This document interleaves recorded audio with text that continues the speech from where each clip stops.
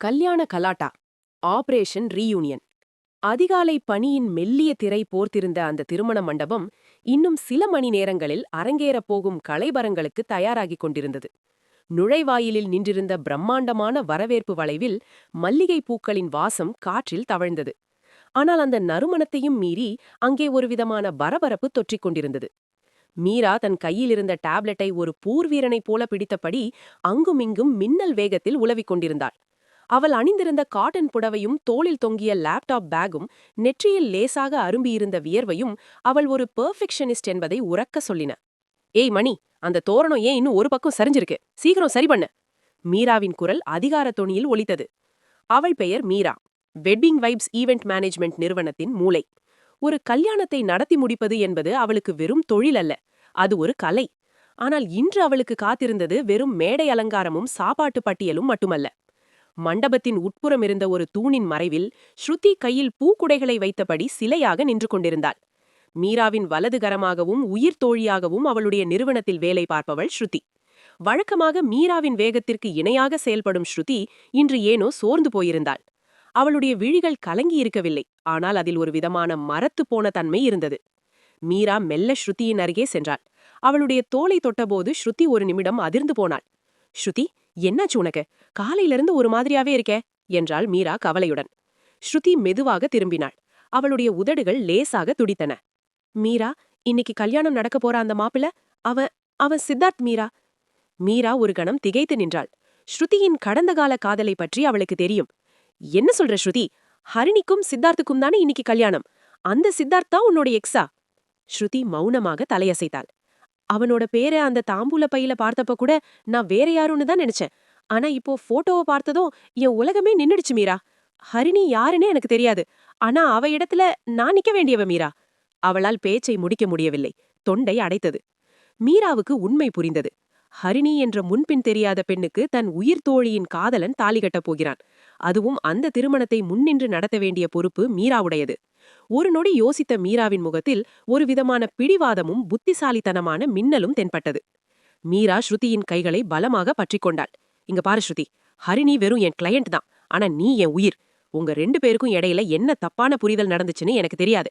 ஆனா சித்தார்த்து உன் மேல வச்சிருக்கிறது கோபம்னா அந்த கோபத்தை உடைக்க எனக்கு தெரியும். ஸ்ருதி புரியாமல் பார்த்தாள். மீரா, என்ன செய்ய போற? மீரா ஒரு மெல்லிய புன்னகையோடு கண்ணடித்தாள். இது வெறும் ஈவெண்ட் மேனேஜ்மெண்ட் மட்டும் இல்ல ஸ்ருதி, இது இந்த மீராவோட ஆபரேஷன் ரீயூனியன். உன் காதல உன்கிட்டயே கொண்டு வந்து சேர்க்கலனா நான் இந்த வேலையே விட்டுடுறேன். நீ தைரியமா இரு. வெளியே கார் ஹாரன் சத்தம் கேட்டது. பெண் அழைப்புக்கான நேரம் வந்துவிட்டது. மணமகள் ஹரிணியின் வீட்டார் வந்துவிட்டனர். மீரா தன் வாக்கியை தட்டிவிட்டு, மணி, மியூசிக் ஸ்டார்ட் பண்ணு, மணப்பெண் வராங்க என்று கத்தினாள். கல்யாண கலாட்டா ஆபரேஷன் ரீயூனியன் அதிகாரப்பூர்வமாக தொடங்கிவிட்டது.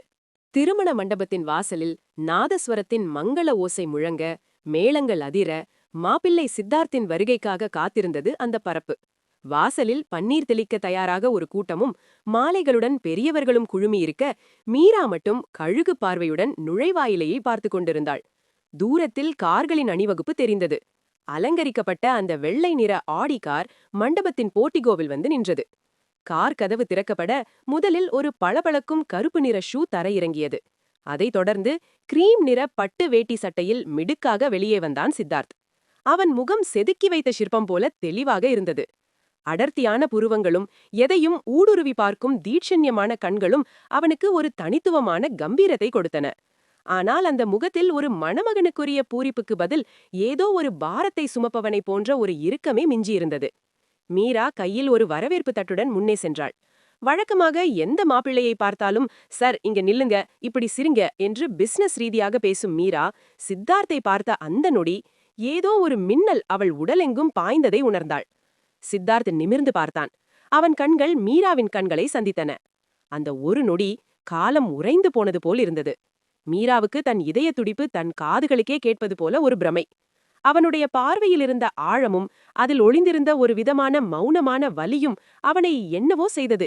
இது வெறும் ஒரு மணமகனுக்கும் ஈவெண்ட் மேனேஜருக்குமான சந்திப்பு போல தெரியவில்லை. காற்றில் ஏதோ ஒரு புரியாத வேதியியல் பரவியதை இருவருமே உணர்ந்தனர். வெல்கம் சார், நான் மீரா, இந்த வெட்டிங் ஈவெண்ட் மேனேஜர் என்றாள் மீரா. அவள் குரலில் லேசான நடுக்கம் இருந்ததை அவளே கவனித்தாள். சித்தார்த் அவளை மேலிருந்து கீழ்வரை ஒருமுறை பார்த்தான். ஒரு மெல்லிய பெயர் அளவுக்கான புன்னகையை மட்டும் சிந்திவிட்டு, தேங்க்ஸ் என்றான். அவனது குரல் கனமாகவும் அதே சமயம் வசீகரிப்பதாகவும் இருந்தது. அவன் கடந்து செல்லும்போது அவனது பெர்ஃப்யூம் வாசம் மீராவின் நாசியை தீண்டி சென்றது. மீரா அப்படியே திகைத்து நின்றாள். இவன்தான் சித்தார்த்தா? ஸ்ருதியோட காதலனாயிருந்தவன் இவனா? இவனை பார்த்தா யாரையும் ஏமாத்துறவன் போல தெரியலையே. ஆனா இவனை பார்த்ததும் ஏன் என் மனசு இப்படி தடம் புரளுது என்று மீராவின் உள்மனம் அவளிடமே கேள்வி கேட்டது. தூரத்தில் நின்றிருந்த ஸ்ருதி சித்தார்த்தை பார்த்ததும் தன் முகத்தை மறைத்துக் கொண்டு அங்கிருந்து வேகமாக நகர்ந்தாள். அவளுடைய அந்த சிறு அசைவு கூட சித்தார்த்தின் கண்கள் கவனித்துவிட்டன. அவனது முகத்தில் ஒரு கணம் மின்னல் போன்ற ஒரு மாற்றம் வந்து மறைந்தது. மீரா சுதாரித்துக் கொண்டாள். இப்போது அவளுக்கு 2 சவால்கள். ஒன்று, தன் தோழிக்காக சித்தார்த்தை மீண்டும் அவளிடம் சேர்க்க வேண்டும். மற்றொன்று, சித்தார்த்தை பார்த்ததும் அவளுக்குள் தோன்றிய அந்த இனம் புரியாத ஈர்ப்பை கட்டுப்படுத்த வேண்டும். ஆபரேஷன் ரீயூனியன் இப்போ நிஜமாவே கஷ்டம்தான் போல இருக்கு என்று தன்னுக்குள்ளே முணுமுணுத்துக் கொண்ட மீரா சித்தார்த்தின் பின்னால் மண்டபத்திற்குள் நுழைந்தாள். திருமண மண்டபத்தின் மேல்தளம். அலங்கரிக்கப்பட்ட மலர்களின் வாசம் வீசும் மணப்பெண்ணறை. அங்குதான் ஹரிணி அமர்ந்திருந்தாள். கண்ணாடியை பார்த்தபடி இருந்த அவளுடைய முகத்தில் ஒருவிதமான பேரொளி படர்ந்திருந்தது.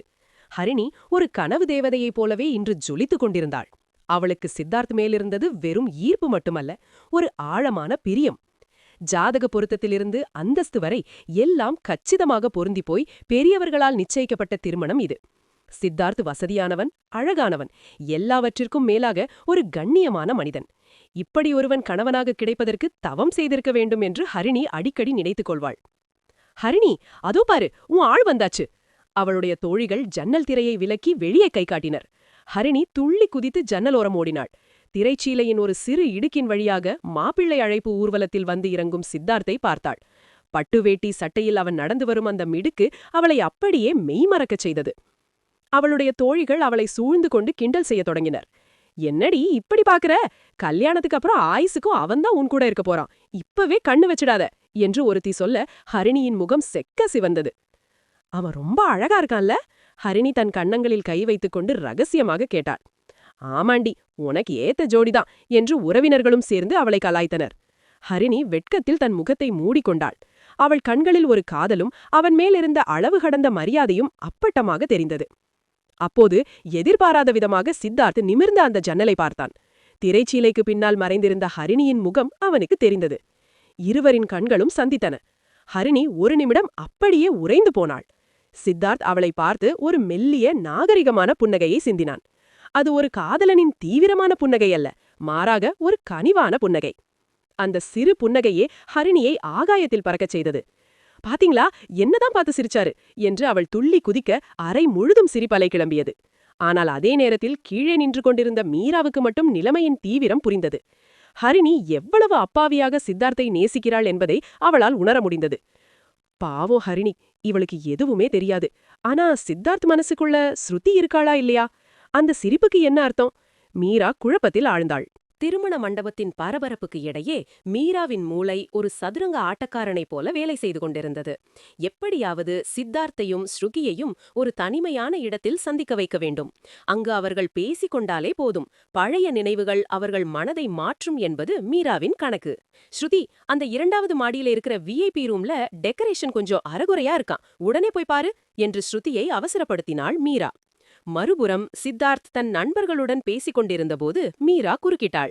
Sir, sorry for the interruption. உங்க அடுத்த அவுட்ஃபிட் பத்தி ஒரு சின்ன சந்தேகம். 2nd ஃப்ளோர்ல இருக்கிற ரூம்ல கொஞ்சம் செக் பண்ண முடியுமா? சித்தார்த் ஒரு நிமிடம் அவளை பார்த்தான். அவனது கண்கள் ஏதோ ஒன்றை ஆராய்வது போல தெரிந்தன. இங்கேயே பேசலாமே என்றான் சுருக்கமாக. இல்ல சார், அது ஒரு சர்ப்ரைஸ் எலிமெண்ட், அங்க வந்தாதான் புரியும் என்று மீரா வற்புறுத்தி சிரித்தாள். வேண்டாவிருப்பாக சித்தார்த் அங்கிருந்து நகர்ந்து மாடிக்கு சென்றான். மீரா தூணின் மறைவில் நின்றபடி எஸ், ஒர்க் அவுட் ஆயிடுச்சு என்று தன் கைவிரல்களை சொடுக்கினாள். ஆனால் அவள் எதிர்பார்த்தது போல எதுவும் நடக்கவில்லை. 5 நிமிடத்தில் சித்தார்த் மாடியிலிருந்து கீழே இறங்கி வந்தான். அவன் முகம் முன்பை விட இன்னும் இறுகி போய் கண்கள் கோபத்தில் சிவந்திருந்தன. நேராக மீராவை நோக்கி வந்தவன் அவளை ஒரு வெறித்த பார்வை பார்த்தான். மீரா, ஒரு நிமிஷம் இங்க வரீங்களா? அவன் குரலில் ஒரு எச்சரிக்கை இருந்தது. மீரா லேசான பயத்துடன் அவனோடு மண்டபத்தின் ஒதுக்குப்புறமான பகுதிக்கு சென்றாள். சித்தார்த் சட்டென்று திரும்பி அவளை தன் உயரமான உருவத்தால் மிரட்டுவது போல நெருங்கி நின்றான். உங்களுக்கு என்ன வேணும்? அவன் குரல் தாழ்ந்த அழுத்தத்தில் ஒலித்தது. மீரா தடுமாறினாள். சார், அது ஜஸ்ட் ஒரு செக்கப். பொய் சொல்லாதீங்க என்று அவன் இடைமறித்தான். மேல அந்த ரூம்ல ஸ்ருதி இருக்கா, நீங்க வேணும்னே தான் எங்கள அங்க வர வச்சீங்க. இந்த மாதிரி சீப்பான ட்ரிக்ஸ் எல்லாம் ஒரு ப்ரொஃபஷனல் ஈவென்ட் மேனேஜருக்கு அழகா? மீரா அதிர்ந்து போனாள். சார், அது வந்து நீங்க 2 பேரும் பேசினா பேசினா என்ன ஆகும்? எல்லாம் சரியாயிடுமா என்று எள்ளி நகையாடினான் சித்தார்த். எனக்கு ஒரு விஷயம் புரியல மீரா. நீங்க என்னோட கல்யாணத்தை நடத்த வந்தீங்களா இல்ல என்னோட பர்சனல் லைஃப்ல விளையாட வந்தீங்களா? நீங்க பார்க்கிறது வேலை. அதுல மட்டும் உங்க கவனத்தை செலுத்துங்க. அடுத்த தடவை இப்படி ஏதாவது ஒரு கீழ்த்தரமான வேலைய பார்த்தீங்கன்னு ஹரிணி ஃபேமிலி கிட்ட சொல்லி கான்ட்ராக்டையே கேன்சல் பண்ணிடுவேன். அவன் சொன்ன வார்த்தைகள் ஒவ்வொன்றும் மீராவின் கன்னத்தில் அரைவது போல இருந்தது. அவன் அவளை ஒரு பொறுப்பற்ற பெண்ணாக பார்த்துவிட்டு விறுவிறுவென கடந்து சென்றான். மீரா அங்கேயே திகைத்து நின்றாள். அவளுடைய முதல் திட்டம் படுதோல்வி அடைந்தது மட்டுமல்லாமல் சித்தார்த்தின் பார்வையில் அவள் ஒரு மோசமானவள் என்ற முத்திரையையும் குத்திக் கொண்டாள். அவள் நெஞ்சில் ஒரு வலி மின்னல் போல பாய்ந்தது. உன்னை சேர்த்து வைக்கணும்னு தானே செஞ்சேன், ஆனா என்னை ஏன் இவ்வளவு கேவலமா பேசுற சித்தார்த்? தூரத்திலிருந்து இவை அனைத்தையும் பார்த்து கொண்டிருந்த ஸ்ருதி கண்களில் கண்ணீருடன் ஊடி வந்து மீராவின் கையை பற்றி கொண்டாள். வேணா மீரா, விட்டுடு, அவன் பழைய சித்தார்த் இல்ல. மீரா மெதுவாக தலையை நிமிர்ந்தாள். அவளுடைய கண்களில் இப்போது கோபமும் வைராங்கியமும் கலந்திருந்தது. இல்ல ஸ்ருதி, அவ என்ன தப்பா புரிஞ்சுகிட்டது கூட பரவாயில்ல. ஆனா அந்த திமிருக்குள்ள ஏதோ ஒரு வலி இருக்கிறத நான் பார்த்தேன். விடமாட்டேன். மண்டபத்தின் நடுவே அமைக்கப்பட்டிருந்த மெஹந்தி மேடை பச்சை மற்றும் மஞ்சள் நிற தோரணங்களால் ஒரு நந்தவனம் போல காட்சியளித்தது. மருதாணியின் நறுமணம் மண்டபம் முழுவதையும் ஆக்கிரமித்திருந்தது. பெண்கள் கை நிறைய மருதாணி பூசிக்கொண்டு ஒருவருக்கொருவர் சிரித்து பேசிக் கொண்டிருக்க, மீரா மட்டும் வாக்கி டாக்கியும் கையுமாக அலைந்து கொண்டிருந்தாள். அனைவருக்கும் வேலைகளை பகிர்ந்து கொடுத்துவிட்டு ஒரு ஓரமாக அமர்ந்த மீரா தற்செயலாக ஒரு மெஹந்தி கோனை எடுத்தாள். சித்தார்த்துடனான அந்த மோதல், அவன் பேசிய கசப்பான வார்த்தைகள், அவனது கண்களில் தெரிந்த அந்த மர்மமான வலி என எல்லாம் அவள் மனதிற்குள் ஊர்வலம் போய்க் கொண்டிருந்தன. ஆழ்ந்த சிந்தனையிலிருந்த மீரா அறியாமலேயே தன் இடது உள்ளங்கையில் மெஹந்தியால் கிறுக்கத் தொடங்கினாள். மனம் எங்கே இருக்கிறதோ அங்கேதானே விரல்களும் செல்லும். அவள் உணராமலேயே அந்த சிறிய மெஹந்தி கோன் மிக அழகாக சித்தார்த் என்று எழுதி முடித்திருந்தது. திடீரென சுயநினைவு வந்தவள் தன் உள்ளங்கையை பார்த்து திடுக்கிட்டாள். ஐயோ, என்ன காரியம் பண்ணிட்டேன் என்று பதறியவள் யாராவது பார்த்து விடுவார்களோ என்று சுற்றுமுற்றும் பார்த்தாள். நல்ல வேளையாக எல்லாரும் ஹரிணியை சுற்றி இருந்தனர். சட்டென புத்திசாலித்தனமாக அந்த பெயருக்கு மேலே வளைவுகளையும் கொடிகளையும் வரைந்து ஒரு பெரிய பூ போன்ற டிசைனாக அதை மாற்றினாள். இப்போது பார்த்தால் அது ஒரு அழகான கலை வேலைப்பாடு போல தெரிந்ததே தவிர அதற்கு அடியில் ஒரு பெயர் புதைந்திருப்பது தெரியவில்லை. ஆனால் இதையெல்லாம் தூரத்திலிருந்து கவனித்துக் கொண்டிருந்த ஒரு ஜோடி கண்கள் அவளை துளைத்தன. அது சித்தார்த். அவன் எப்போது அங்கே வந்தான் என்று தெரியவில்லை. மீரா செய்த அந்த பரபரப்பான மாற்றத்தையும் அவளது முகத்தில் தெரிந்த குற்ற உணர்ச்சியையும் அவன் கவனித்து விட்டான். அவன் ஒன்றும் பேசவில்லை. ஆனால் அவனது பார்வையில் ஒரு விசித்திரமான அர்த்தம் இருந்தது. அந்த சலசலப்புக்கு நடுவே, ஹே ஹரிணி, வாழ்த்துக்கள் என்ற அதிரடியான குரலுடன் ஒருவன் உள்ளே நுழைந்தான். அவன் குரு, ஹரிணியின் அத்தை மகன். துருதுருப்பான கண்களுடன் வந்த அவனை கண்டதும் ஹரிணியின் முகம் மலர்ந்தது. குரு, எப்ப வந்த என்று அவள் உற்சாகமாக கேட்க, குரு அவளிடம் பேசினாலும் அவனது கண்கள் மட்டும் லேசாக கலங்கியிருந்தன. குருவுக்கு ஹரிணி மேல் தீராத காதலுண்டு. ஆனால் ஹரிணி அதை வெறும் தோழமையாகவும் உறவுமுறையாகவும் மட்டுமே பார்த்தாள். குரு நேராக மணமேடைக்கு சென்று ஹரிணியுடன் பேசிக் கொண்டிருந்த போது சித்தார்த் அந்த பக்கமாக வந்தான். சித்தார்த்தை பார்த்ததும் குருவின் முகம் சட்டென மாறியது. இருவரும் ஒருவரையொருவர் முறைத்துக் கொண்ட அந்த தருணம் காற்றில் ஒரு விதமான இறுக்கத்தை ஊடுருவ செய்தது. குருவின் கண்களில் ஒரு விதமான ஆதிக்க உணர்வும் அதே சமயம் தனக்கு சொந்தமானவளை யாரோ பறித்து செல்வதை போன்ற ஆதங்கமும் அப்பட்டமாக தெரிந்தது. அவன் தன் கைகளை மார்புக்கு குறுக்காக கட்டிக்கொண்டு சித்தார்த்தை சீண்டுவது போல ஒரு ஏளனச் சிரிப்பை உதிர்த்தான். சித்தார்த் அவனை கடக்க முற்பட்ட போது குரு வேண்டுமென்றே தன் தோளை அவன் மீது இடித்தபடி நகர்ந்தான். சித்தார்த் ஒரு நொடி நின்றான். அவனது தாடை நரம்புகள் துடித்தன. கைகள் தானாகவே இறுகி முஷ்டிகளாக மாறின. ஆனால் அவன் தன்னை நிதானப்படுத்திக் கொண்டான். இது தன் திருமண மேடை. இங்கே ஒரு ரகளை நடந்தால் அது ஹரிணியின் குடும்பத்தை பாதிக்கும் என்பதை அவன் உணர்ந்திருந்தான். ஏய் குரு, என்ன அங்கே நின்னுட்ட, வா இங்க என்று ஹரிணியின் தந்தை அழைக்க, குரு ஒரு நக்கலான பார்வையுடன் அங்கிருந்து நகர்ந்தான். மீரா இதையெல்லாம் தூரத்திலிருந்தே கவனித்துக் கொண்டிருந்தாள். சித்தார்த்தின் அந்த அடக்கப்பட்ட கோபமும் குருவின் கண்களில் தெரிந்த அந்த தீயும் ஒரு பெரும் ஆபத்துக்கான முன்னெச்சரிக்கையாக அவளுக்கு தோன்றியது. அவள் மெல்ல சித்தார்த்தின் அருகில் சென்று, சார் கூலாருங்க, இன்னைக்கு உங்க ரிசப்ஷன், தேவையில்லாத பிரச்சனைகளை மனசுல வச்சுக்காதீங்க என்று மிக மெல்லிய குரலில் சொன்னதும் சித்தார்த் சட்டென திரும்பி அவளை பார்த்தான். எல்லாம் தெரியுமோ என்று அவன் கேட்ட விதம் மீராவை ஒரு நிமிடம் நிலைகொலைய செய்தது. இல்ல சார், ஜஸ்ட் ஒரு அட்வைஸ் பண்ற அளவுக்கு நான் உங்களை இன்னும் நெருங்க விடல மீரா, உங்க வேலையை போய் பாருங்க என்று கரகரப்பான குரலில் சொல்லிவிட்டு அவன் வேகமாக மேடையை நோக்கி சென்றான். சித்தார்த் சென்ற திசையையே பார்த்து கொண்டிருந்த மீராவுக்குள் ஒரு கேள்வி எழுந்தது. இவன் ஏன் எல்லார்கிட்டையும் இவ்வளவு முரட்டுத்தனமா இருக்கான்? குருவுக்கும் சித்தார்த்துக்கும் அப்படி என்னதான் நடந்திருக்கும்? மீரா மண்டபத்தின் ஒரு தூணின் மறைவில் நின்று ஸ்ருதியிடம் மெல்ல விசாரித்தாள். ஸ்ருதி, நிஜமாவே என்னதான் நடந்துச்சு? ஏன் இவங்க 2 பேரும் பார்த்தாலே எரியறாங்க? ஸ்ருதி ஒரு பெருமூச்சை விட்டுவிட்டு அந்த பழைய பார்ட்டி நடந்த இரவை விவரித்தாள். அந்த குறிப்பிட்ட இரவு ஒரு கொண்டாட்டமாக தொடங்கி பெரும் காயமாக முடிந்த கதை. மீராவின் கண்முன்னே அந்த பழைய பார்ட்டியின் காட்சிகள் ஸ்ருதியின் விவரிப்பு மூலமாக ஒரு திரைப்படத்தைப் போல விரியத் தொடங்கின. வண்ண விளக்குகளும் அதிரும் இசையுமாக அந்த கிளப் களைகட்டி இருந்தது. ஒரு மூலையில் ராகவும் நிவேதாவும் தீவிரமாக விவாதித்துக் கொண்டிருந்தனர். ராகவ் ஏதோ ஒரு விஷயத்தை சொல்ல வர நிவேதா ஆத்திரத்தில் அவன் கையை தட்டிவிட்டாள். இங்க பாரு ராகவ், நீ பண்றது கொஞ்சம் கூட சரியில்ல. என்ன தவிர வேற யார்கிட்டயும் பேசக்கூடாதுன்னு சொல்ல நீ யாரு என்று நிவேதா சத்தமாக கேட்க அங்கிருந்தவர்களின் கவனம் அவர்கள் பக்கம் திரும்பியது. ராகவ் திகைத்து நின்றான். நிவேதா, நான் உன்னை தடுக்கல, ஜஸ்ட் ஒரு அக்கறையில தான் சொன்னேன். நீ ஏன் இதை பெருசு பண்ற? தூரத்தில் நின்றிருந்த குரு நிவேதாவின் கண்கள் கலங்குவதைக் கண்டதும் ஆவேசமாக முன்னே வந்தான். ராகவை பிடித்து தள்ளியவன், டே, அவளை அழ வைக்கிற அளவுக்கு உனக்கு என்ன தைரியம் என்று கர்ஜித்தான். இதை பார்த்து கொண்டிருந்த சித்தார்த் சட்டென்று குறுக்கே வந்தான். ராகவை தன் பின்னால் இழுத்துவிட்டு குருவுக்கு நேராக நின்றான். குரு, இது அவங்க 2 பேருக்குள்ள இருக்கிற விஷயம். நீ ஏன் தேவையில்லாம உள்ள வர்ற? தேவையில்லாமவா? நிவேதா என் ஃப்ரெண்டுடா. அவளை ஒருத்த மிரட்டுறதை என்னால சும்மா பார்த்துட்டு இருக்க முடியாது என்றான் குரு. ஆள்காட்டி விரலை சித்தார்த்தின் முகத்துக்கு நேராக நீட்டினான். சித்தார்த் அந்த விரலை தட்டிவிட்டான். அப்போ ராகவ் என் ஃப்ரெண்டு. அவன் எதுவுமே தப்பா பண்ணல. நிவேதா தான் ஓவரா ரியாக்ட் பண்றா. உன் ஃப்ரெண்டுக்கு சப்போர்ட் பண்றேன்னு வந்து இங்க சீன் போடாத. என்ன சொன்ன? நிவேதா ஓவரா பண்றாளா என்று கத்திய குரு சித்தார்த்தின் சட்டையை பற்றி ஆட்டினான். அடுத்த நொடி சித்தார்த்தின் பொறுமை உடைந்தது. கையை எடுகா என்று சொல்லிக்கொண்டே அவன் குருவின் முகத்தில் ஒரு குத்துவிட்டான். பதிலுக்கு குருவும் பாய அந்த பார்ட்டியே போர்க்களமானது. கண்ணாடி டம்ளர்கள் உடைந்தன, மேஜைகள் சரிந்தன. ராகவும் நிவேதாவும் அவர்களை தடுக்க முயன்றும் முடியவில்லை. தங்கள் நண்பர்களின் கௌரவத்திற்காக தொடங்கிய அந்த மோதல் சித்தார்த் மற்றும் குருவின் தனிப்பட்ட ஈகோ யுத்தமாக மாறியது. கடைசியில், உன் ஃப்ரெண்டு பண்ணது தப்புடா என்று குரு ரத்த கரையுடன் கத்த, விஷயம் தெரியாம பேசாதரா முட்டாளே என்று சித்தார்த் பதிலுக்கு துப்பினான். அந்த சண்டையின் முடிவில் ராகவும் நிவேதாவும் பிரிய வேண்டியதாயிற்று. அவர்களை விடவும் அதிகமாக சித்தார்த்தும் குருவும் ஒருவரை ஒருவர் ஜென்ம எதிரிகளாக பார்க்கத் தொடங்கினர். மண்டபத்தின் பால்கனியில் காற்றை வாங்கியபடி நின்றிருந்த மீராவிடம் ஸ்ருதி அந்த ரகசியத்தை உடைத்தாள். குருவுக்கும் சித்தார்த்துக்கும் சண்டை நடந்தது உண்மைதான் மீரா. ஆனா அதுக்கும் எங்க பிரேக்கப்புக்கும் சம்பந்தமே இல்ல. மீரா குழப்பத்துடன் அவளை பார்த்தாள். ஸ்ருதி ஒரு கசப்பான புன்னகையை உதிர்த்தாள். நாங்க 2 பேரும் போலார் ஆப்போசிட்ஸ் மீரா. ஆரம்பத்துல அந்த வித்தியாசம் சுவாரஸ்யமா இருந்தது. ஆனா போக போக அதுவே ஒரு பெரிய சுமையா மாறிடுச்சு. நான் ரொம்ப இமோஷனல், ஆனா அவ ரொம்ப பிராக்டிக்கல். ஒரு கட்டத்துல எங்களுக்குள்ள சண்டையே வரல. அதுக்கு பதிலா ஒரு பெரிய மௌனம் வந்துடுச்சு. ஸ்ருதி கண்களை மூடிக்கொண்டு அந்த நாளை நினைத்து பார்த்தாள். அன்று சித்தார்த் அவளிடம் மிக தெளிவாக சொன்னான். ஸ்ருதி, நாம ஒன்னா சேர்ந்து இருக்கணும்னு முயற்சி பண்றதுனாலேயே நம்ம நிம்மதி போகுது. உன் கூட இருக்கும்போது எனக்கு துணையா இருக்கிற ஃபீல் வருது. ஆனா லவ் வரல. லவ் பண்ணி தீர்ந்து போன ஒரு டயர்ட்னஸ் தான் எனக்குள்ள இருக்கு. நாம ஏன் இதோட நிறுத்திக்க கூடாது? அந்த ஒரு வார்த்தை, உன்னை பார்க்கும்போது எனக்கு லவ் ஃபீல் வரல என்று சொன்னதுதான் ஸ்ருதியை மொத்தமாக உடைத்தது. சண்டை போட்டு பிரிஞ்சா கூட திரும்ப சேரலாம். ஆனா ஒருவனுக்கு காதலே வரவில்லை என்று சொன்ன பிறகு அங்கே நிற்க அவளுக்கு சுயமரியாதை இடம் கொடுக்கவில்லை. அவன் சொன்னதுல ஒரு நேர்மை இருந்தது மீரா. அதுதான் இன்னும் என்ன வலிக்குது. இன்னைக்கு அவன் ஹரிணி கூட இருக்கும்போது அவன்கிட்ட இந்த பழைய பிடிவாதம் இல்ல. ஒருவேளை அவனுக்கு ஹரிணிய பிடிச்சிருக்கோ என்னவோ. ஸ்ருதியின் குரல் கம்மியது. மீரா அவளை பரிதாபமாக பார்த்தாள். அப்போது ரிசப்ஷன் வேடையில் விளக்குகள் பிரகாசமாக எரிந்தன. சித்தார்த்தும் ஹரிணியும் ஜோடியாக மேடைக்கு வந்தனர். ஹரிணி அவனது கையை பிடித்துக்கொண்டு சிரித்தபடி வர, சித்தார்த்தோ ஒரு எந்திரம் போல அவளுடன் நடந்து வந்தான். மீரா இப்போது ஸ்ருதியின் கையை பற்றினாள். ஸ்ருதி, அவன் சொன்னது உண்மையா இல்லையான்னு இன்னைக்கு தெரிஞ்சிடும். இந்த ரிசப்ஷன்ல ஒரு கேம் பிளான் பண்ணியிருக்கேன். சித்தார்த் மனசுல என்ன இருக்குன்னு அவன் வாயாலேயே சொல்ல வைக்கிறேன்.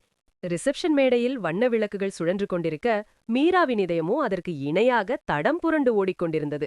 மேடையின் ஓரத்தில் நின்றபடி புகைப்பட கலைஞர்களுக்கு கட்டளைகளை பிறப்பித்துக் கொண்டிருந்தாலும் அவளது கண்கள் மட்டும் மேடையில் அமர்ந்திருந்த சித்தார்த்தையே வட்டமிட்டன. அவன் ஹரிணியுடன் அமர்ந்திருந்தாலும் அவனது பார்வையில் ஒரு தனிமை இருந்தது. அந்த தனிமைதான் மீராவை அவன் பால் ஈர்த்தது. மணி, அந்த ஃப்ளவர் வேஸ் கொஞ்சம் சரி பண்ணு என்று சொல்லிக்கொண்டே மேடைக்கு அருகில் சென்றாள் மீரா. அப்போது சித்தார்த் தாகமாக இருப்பதை உணர்ந்த மீரா ஒரு தண்ணீர் பாட்டிலை எடுத்து அவனிடம் நீட்டினாள். அவன் அதை வாங்கும்போது மீண்டும் அந்த ஸ்பரிசம். ஆனால் இந்த முறை மீராவால் அதை சாதாரணமாக கடந்து போக முடியவில்லை. சித்தார்த் அவளை ஏறிட்டுப் பார்த்தான்.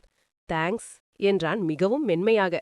அவனது அந்த ஒற்றை சொல் மீராவின் காதுகளில் தேனாக பாய்ந்தது. சார், அந்த கேம் ஷோ ஸ்டார்ட் பண்ணலாமா? மணமகன் மணமகள் பத்தி சில கேள்விகள் என்று மீரா இழுத்தாள். சித்தார்த் ஒரு கணம் அவளையே உற்று பார்த்தான். மீரா, நீங்க நிஜமாவே ஸ்ருதிக்காகத்தான் இதெல்லாம் பண்றீங்களா, இல்ல எனக்காகவா? இந்த கேள்வி மீராவை நிலைகுலையச் செய்தது. அவளது இதயம் ஒரு நிமிடம் நின்று துடித்தது. சார், அது ஸ்ருதி என் ஃப்ரெண்ட். அவ சந்தோஷம்தான் எனக்கு முக்கியம் என்று தடுமாற்றத்துடன் பதில் சொன்னாள். அப்போ நான் யார் உங்களுக்கு? வெறும் ஒரு ஈவெண்ட் மட்டும்தானா? சித்தார்த்தின் குரலில் ஒரு விதமான உரிமையும் சிறு ஆதங்கமும் கலந்திருந்தது. மீரா பதில் சொல்ல முடியாமல் மௌனமானாள். அவளுக்குள் ஒரு பெரும் போராட்டம் வெடித்தது. ஸ்ருதிக்கு கிடைக்க வேண்டிய காதலை சேர்த்து வைப்பதாக சபதம் எடுத்தவள் அவள். ஆனால் இப்போது சித்தார்த்தின் ஒவ்வொரு அசைவும் அவனது பார்வையும் மீராவின் மனக்கோட்டையை தகர்த்துக் கொண்டிருந்தது. தூரத்தில் ஸ்ருதி வேலையாக இருப்பதை பார்த்த மீராவுக்குள் ஒரு குற்ற உணர்ச்சி தலை தூதியது. என்ன செஞ்சிட்டு இருக்க? ஸ்ருதியோட காதல அவளுக்கே கொடுக்கணும்னு நினைச்சேன். ஆனா இப்போ என் மனசு ஏன் இப்படி தடுமாறுது? மீராவின் கைகள் லேசாக நடுங்கின. அவளுக்குள் இருக்கும் ஈவென்ட் மேனேஜர் இப்போது தோற்றுப்போய் ஒரு சராசரி பெண்ணின் காதல் உணர்வுகள் மேலோங்கின. சித்தார்த் அவளது தடுமாற்றத்தை கவனித்து விட்டான். அவன் ஒரு மெல்லிய புன்னகையுடன், உங்க கண்ணிலேயே பதில் தெரியுது மீரா என்று சொல்லிவிட்டு ஹரிணி பக்கம் திரும்பிக் கொண்டான். மீரா அங்கிருந்து விறுவிறுவென கீழே இறங்கி வந்தாள். குளிர்ச்சியான காற்று அவள் முகத்தில் பட்டாலும் உள்ளுக்குள் கனல் எரிந்தது. ஆபரேஷன் ரீயூனியன் என்பது ஸ்ருதிக்காகவா அல்லது சித்தார்த்தை நெருங்குவதற்காகத்தான் போட்ட ஒரு சுயநல வேஷமா என்ற கேள்வி அவளை துளைத்தது. காதலுக்கும் நட்புக்கும் இடையே மீரா இப்போது ஒரு கூர்மையான கத்திமுனையில் நின்று கொண்டிருந்தாள். ரிசப்ஷன் மேடை மின் விளக்குகளால் ஜொலித்துக் கொண்டிருந்தது. மணமகன் மணமகள் பற்றிய குவிஸ் நிகழ்ச்சியை மீரா உற்சாகமாக தொடங்கி வைத்தாள். இப்போ மணமகன் சித்தார்த் சார் மணமகள் ஹரிணிக்கு பிடிச்ச கலர் என்னன்னு சொல்லணும் என்று மைக் பிடித்து மீரா கேட்டபோது மேடைக்கு கீழே இருந்த கூட்டம் கைதட்டியது. அனைத்தும் திட்டமிட்டபடி போய்க் கொண்டிருந்தது. ஆனால் விதி மீராவின் காலடியில் காத்துக் கொண்டிருந்தது. மேடையின் ஓரத்திலிருந்த ஒரு பூச்சாடி சரிய போவதைக் கண்ட மீரா பதற்றத்தில் அதை சரிசெய்ய ஓடினாள். அவசரமான அந்த ஓட்டத்தில் தரையில் கிடந்த எலக்ட்ரிக் வயரில் அவளது ஹை ஹீல் செருப்பு சிக்கியது. அம்மா என்று அலறியபடி மீரா முன்னே சரிந்தாள். கூட்டம் அதிர்ச்சியில் உறைந்த அந்த நொடி அருகிலிருந்த சித்தார்த் மின்னல் வேகத்தில் பாய்ந்து மீராவை தாங்கி பிடித்தான். மீராவின் கண்கள் மூடியிருந்தன. தான் தரையில் விழுந்துவிட்டோம் என்று நினைத்தவள் ஒரு கதகதப்பான அணைப்பை உணர்ந்து மெல்ல கண்களை திறந்தாள். அவள் சித்தார்த்தின் மார்போடு சாய்ந்திருக்க அவனது வலுவான கைகள் அவளது இடையில் பதிந்திருந்தன. சுற்றிலுமிருந்த இசை, மக்களின் சத்தம் என எல்லாம் மீராவின் காதுகளுக்கு மறைந்து போனது. அவளது நாசி முழுக்க சித்தார்த்தின் அதை உடி பெர்ஃப்யூம் வாசம். சித்தார்த் அவளை வைத்த கண் வாங்காமல் பார்த்து கொண்டிருந்தான். அவனது பார்வையில் கோபமில்லை, மாறாக ஒரு அடக்க முடியாத வாஞ்சை இருந்தது. அந்த ஒரு நிமிட மௌனத்தில் 1000 வார்த்தைகள் பேசாத காதலை பரிமாறிக்கொண்டது போல ஒரு ரொமான்டிக் மேஜிக் நிகழ்ந்தது. சித்தார்த் அவளை விடுவிக்கவில்லை, மாறாக அவளது காதோரம் குனிந்து, பார்த்து இருக்கக்கூடாதா மீரா? எப்பவும் இதே தடுமாற்றம் தானா உனக்கு என்று மிக மெல்லிய குரலில் கேட்டான். அவன் நீங்க என்பதிலிருந்து உனக்கு என்று மாறிய அந்த தருணம் மீராவை சொக்க வைத்தது.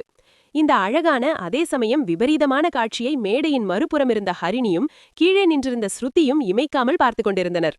ஹரிணியின் முகம் வெளுத்துப் போனது. தன் வருங்கால கணவன் ஒரு அந்நிய பெண்ணை அணைத்தபடி இருக்கும் விதம் அவளுக்குள் ஒரு இனம் புரியாத அச்சத்தையும் ஆற்றத்தையும் கிளப்பியது. மறுபுறம் ஸ்ருதி கையிலிருந்த பூக்கூடையை அப்படியே நழுவவிட்டாள். சித்தார்த்தின் கண்களில் மீராவுக்காக தெரிந்த அந்த மின்னல் ஒரு காலத்தில் அவளுக்காக மட்டுமே இருந்த ஒன்று. இன்று அது தன் உயிர் தோழிக்காக மாறுவதை அவளால் நம்பவே முடியவில்லை. சட்டென்று சுயநினைவு வந்த மீரா சித்தார்த்திடமிருந்து விலகி நின்றாள். அவள் முகம் தக்காளி போல சிவந்திருந்தது. அப்போது கூட்டத்திலிருந்த ஒரு உறவினர் கிண்டலாக சிரித்துவிட்டு சொன்னார், என்னப்பா, கல்யாணம் பண்ணிக்க போறது ஹரிணியையா இல்ல இந்த ஈவென்ட் மேனேஜரையாவா என்ற அந்த ஒற்றை வாக்கியம் மண்டபத்தில் ஒரு பெரிய வெடிகுண்டு போல வெடித்தது. ஹரிணி கண்களில் கண்ணீருடன் மேடையை விட்டு இறங்கி ஓட, ஸ்ருதி ஒரு கணம் மீராவையும் சித்தார்த்தையும் பார்த்துவிட்டு பதில் சொல்ல முடியாமல் அங்கிருந்து நகர்ந்தாள். மீரா நடுங்கியபடி நின்றாள். நான் எதை சரி பண்ண நினைத்தேனோ அது மொத்தமா சீர்குலைந்து போச்சே. ரிசப்ஷன் மேடையில் நடந்த அந்த சங்கடமான சம்பவத்திற்கு பிறகு ஹரிணி தனது அறைக்குள் சென்று கதவை தாளிட்டுக் கொண்டாள். மண்டபமே பரபரப்பானது. மீரா தன் படபடக்கும் இதயத்தை அடக்கிக் கொண்டு ஹரிணியின் அறை கதவை தட்டினாள். ஹரிணி, ப்ளீஸ் கதவை திறங்க, நான் மீரா. நீண்ட நேர போராட்டத்திற்கு பிறகு கதவு திறக்கப்பட்டது. ஹரிணியின் கண்கள் ஆழது சிவந்திருந்தன. மீரா உள்ளே சென்று அவள் கைகளை பற்றிக் கொண்டாள். ஹரிணி, நிஜமாவே சொல்ற, அது வெறும் ஆக்சிடென்ட் தான். நான் விழப்போன அவர் ஒரு மனிதாபிமானத்துல என்ன தாங்கி பிடிச்சார். மத்தபடி வேற எதுவுமே இல்ல. ப்ளீஸ் தப்பா எடுத்துக்காதீங்க. மீரா எவ்வளவோ சமாதானம் சொல்லியும் ஹரிணியின் முகத்தில் இருந்த கலக்கம் மறையவில்லை. எனக்கு தெரியும் மீரா, ஆனா அந்த ஒரு நிமிஷம் அவர் உங்களை பார்த்த பார்வை, அது ஏனோ எனக்குள்ள பயத்தை உண்டாக்குது என்று ஹரிணி விம்மினாள். அப்போது குரு அறைக்குள் அதிரடியாக நுழைந்தான். மீரா மேடம், நீங்க கொஞ்சம் வெளியே வெயிட் பண்றீங்களா என்று அதிகார துணியில் சொன்னான் குரு. மீரா சங்கடத்துடன் ஹரிணியை பார்த்துவிட்டு ஸ்ருதியை தேடி வெளியே சென்றாள். அறைக்குள் குருவும் ஹரிணியும் மட்டும் இருந்தனர். குரு மெதுவாக ஹரிணியின் அருகில் அமர்ந்தான். என்ன ஹரிணி, இந்த சித்தார்த்த நம்பி உன் வாழ்க்கையை ஒப்படைக்க போறியா? அவன் யாருன்னு உனக்கு தெரியுமா? ஹரிணி விக்கிக் கொண்டே அவனை பார்த்தாள். என்ன சொல்ற குரு? அவன் ஒரு சீரியல் லவர் ஹரிணி. ஸ்கூல்ல படிக்கும்போது ஒரு பொண்ணு பின்னாடி சுத்துனா, காலேஜ்ல ஒருத்தி, அப்புறம் வேலை பார்க்கிற இடத்துல ஒருத்தி, இப்படி அவனுக்கு பின்னாடி ஒரு பெரிய காதல் தோல்வி பட்டியலே இருக்கு. இத்தனை பேரை லவ் பண்ணிட்டு இன்னைக்கு உன்கிட்ட நல்லவன் வேஷம் போடுறான். அவன் ஒரு பிளே பாய் ஹரிணி. ஹரிணி அதிர்ந்து போனாள். எனக்கு இதெல்லாம் தெரியாதே குரு. ஆனா அவன் லவ் ஃபெயிலியர்னு நீயே சொல்றல, அது அவனோட தப்பில்லையே. குரு ஒரு நக்கலான சிரிப்பை உதிர்த்தான். ஒரு முறைனா விதி, 3 முறைனா அது அவனோட புத்தி. இப்ப பாரு, கல்யாண மண்டபத்திலேயே இந்த ஈவென்ட் மேனேஜர் கூட ஒரு ரொமான்ஸ் பண்றான். இவனை நம்பி நீ எப்படி உன் வாழ்க்கையை ஆரம்பிப்ப? கல்யாணத்துக்கு அப்புறமும் இவன் இப்படித்தான் இருப்பான். உன் வாழ்க்கை முழுக்க பாதுகாப்பற்ற ஒரு பயத்துல தான் நீ வாழணும். யோசிச்சு பாரு ஹரிணி, இந்த திருமணம் உனக்கு தேவையா? குருவின் ஒவ்வொரு வார்த்தையும் ஹரிணியின் மனதில் விஷமாக ஏறியது. ஹரிணிக்கு ஏற்கனவே இருந்த அந்த சிறிய பயம் இப்போது விஸ்வரூபம் எடுத்தது.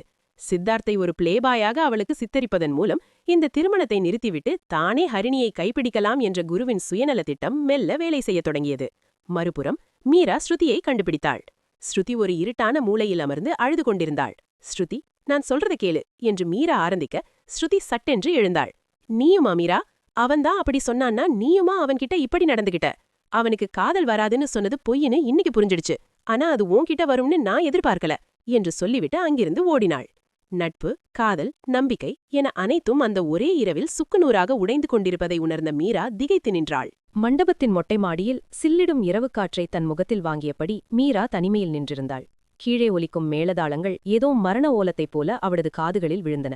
ஸ்ருதி தன்னை பார்த்து சொன்ன அந்த வார்த்தைகள், நீயுமா மீரா, ஒரு கூர்மையான ஈட்டியாக அவள் இதயத்தை தைத்துக் கொண்டிருந்தது. மீரா தன் உள்ளங்கையில் இருந்த அந்த மெஹந்தி டிசைனை பார்த்தாள்.